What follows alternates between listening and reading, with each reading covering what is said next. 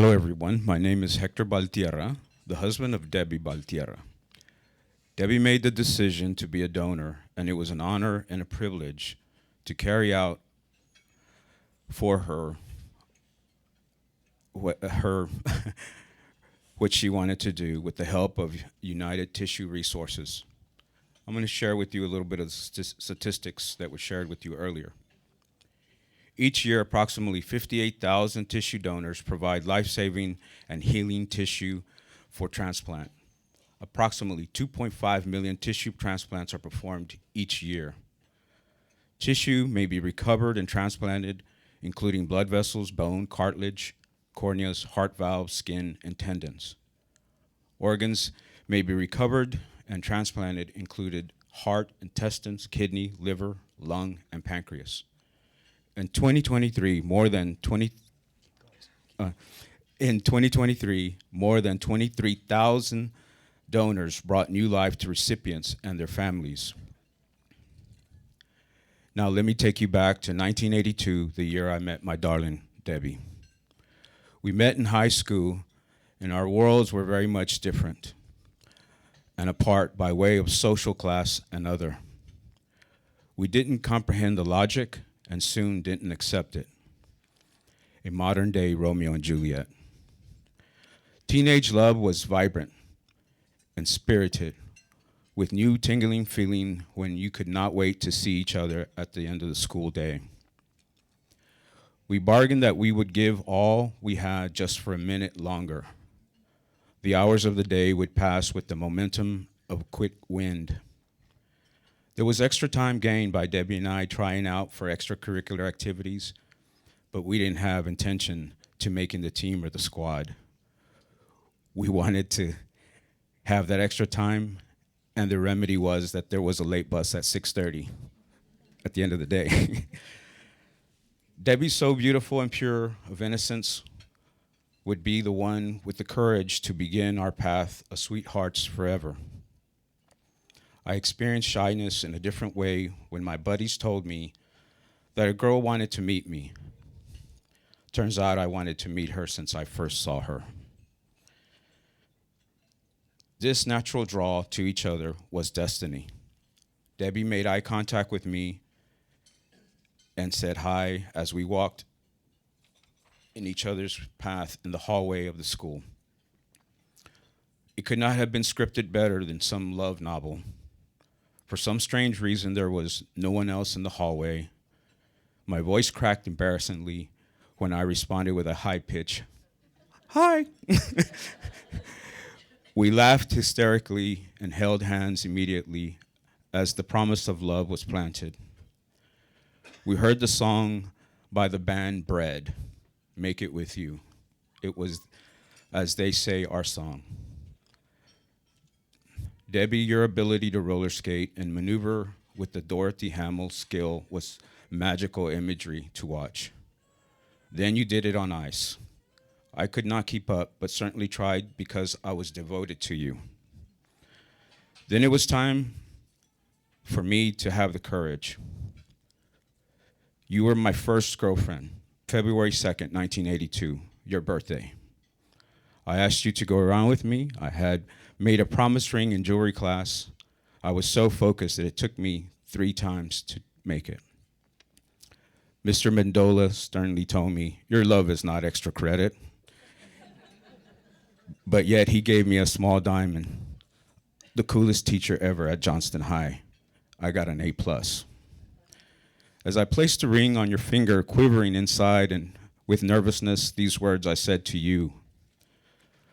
When I first saw you, I became a believer. That love is pure, we are made for each other. This reality is my dreams and fantasies of you. Be my girlfriend, Debbie. She said yes. That day, our song was Endless Love by Lionel Richie and Diana Ross. It remains our song today. The second yes, we married on September 24th, 1988. So many emotions that day, it remained that we could not stand to be apart from each other, as our families wanted to give us advice, take pictures, The ceremony in your dad's and stepmom's backyard was intimate but full of family and friends. As we drove off as newlyweds, we looked into each other's eyes and held each other's hands as we did that day in the school hallway. Love from the heart and soul, just the way we were in every aspect. I love you, we said to each other, but this time your voice cracked and it was high pitched. We laughed hysterically and recalled how it happened when this journey began. Fast forward a bit to us now working on the American dream. We both found jobs with the state of Texas. Debbie was hired on as an entry-level accountant, and I was a manager for a clinic.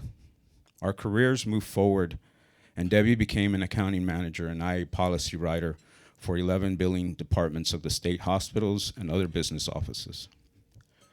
We managed to travel a bit, and it was not uncommon for us to hop on a flight to see the world without the restrictions that are involved in just getting on a plane. Of course, this was pre-9/11. And there was a bit of turmoil in the world, but not at the level of today. The world continued to give its beauty to see. Lake Tahoe, for instance. I can still see Debbie's smile and how at peace she was in such a remarkable place of natural beauty. We talked about making a family and how it would be part of the equation of our happiness, having a home, white picket fence, and our children playing in the yard. Perhaps, but life had its purpose for us, and we volunteered for so many causes. It was devotion and giving the experience that with a bit of help and understanding, a virtue of love creates hope. Debbie and I, one particular chapter in doing this, we established with the help of the Boys and Girls Club, a safe place for kids to be at and just be a kid. Debbie began to tutor some of the kids with their math. A young man knocked on our door a few years later and gave his heartfelt appreciation to us and said how math was intimidating. He wanted to give up, but Debbie's words of encouragement and how to approach a problem helped him get into college. We commenced with our journey, and having a family remained a promise of what Debbie and I wanted in our lives. Then we became parents. Tiffany was born December 8th, 1997. Sophia was born July 30th, 1999, and Victoria was born August 6, 2001. Debbie was a natural mother and had a career as an accountant. She balanced everything and did a second look.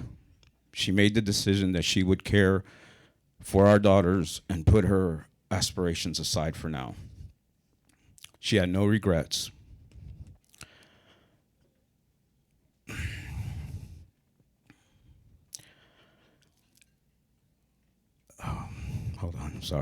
Made everything around us beautiful and with love and kindness, but more so sacrificing and putting our daughters first. The next was supporting our daughters and their hidden talents, first having all three go to the Ann Richards School for Young Women Leaders. Debbie and I would have long discussions, as parents do, about their kids.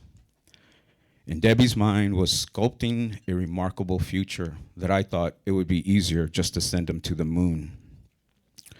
Well, Debbie carved a path. All three graduated from Ann Richards schools with honors and continued on to college. And not even the pandemic could stop them from getting and achieving their diplomas. Our daughters' hidden talents are that they have a successful band with the trajectory countdown. Much like superheroes, they have day jobs. Tiffany is a nurse. Sophia works for the city of Austin and is an entrepreneur.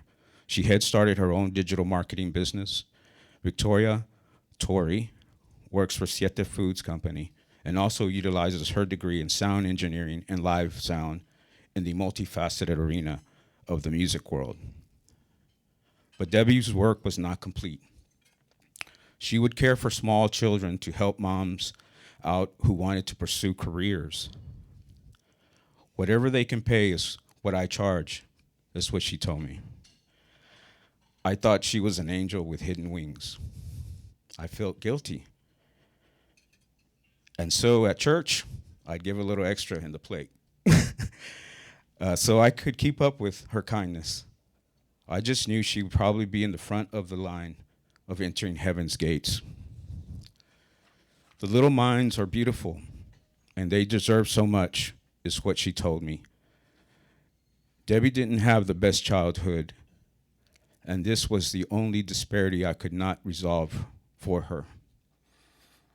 I would have taken the deepest pain onto me for her not to have reoccurring childhood trauma. This had all the unforsaken, yet she composed herself to give to many, so there would be a possibility of hope.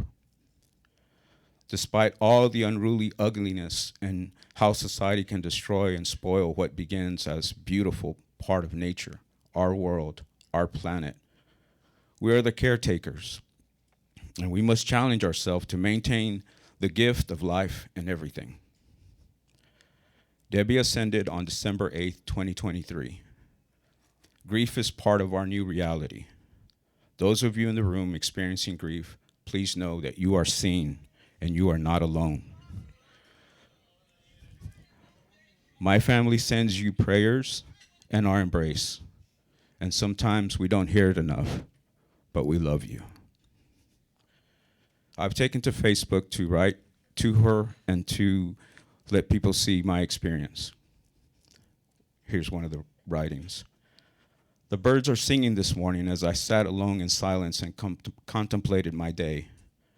Debbie, it's been difficult to maneuver through the chaos, but your light is there for me. The darkness is not pitch dark as before. And taking a second breath with control is assurance that you are there with me. Strive on with diligence is what comes before me with the subtle messages when you visit. And I quote you, Debbie, care and diligence is what we do for our family. Your love mends my soul, and you walk with me. I see your internal flame, and it illuminates a beautiful path for our familia. I promise you, as you have kept yours, I still feel you and see your extraordinary messages that there is no separation in our souls. Debbie, my endless love to the moon and back. Debbie was very much an earth mother, much like Mother Nature. The universe is vast with unconditional love that manifests her existence and beyond.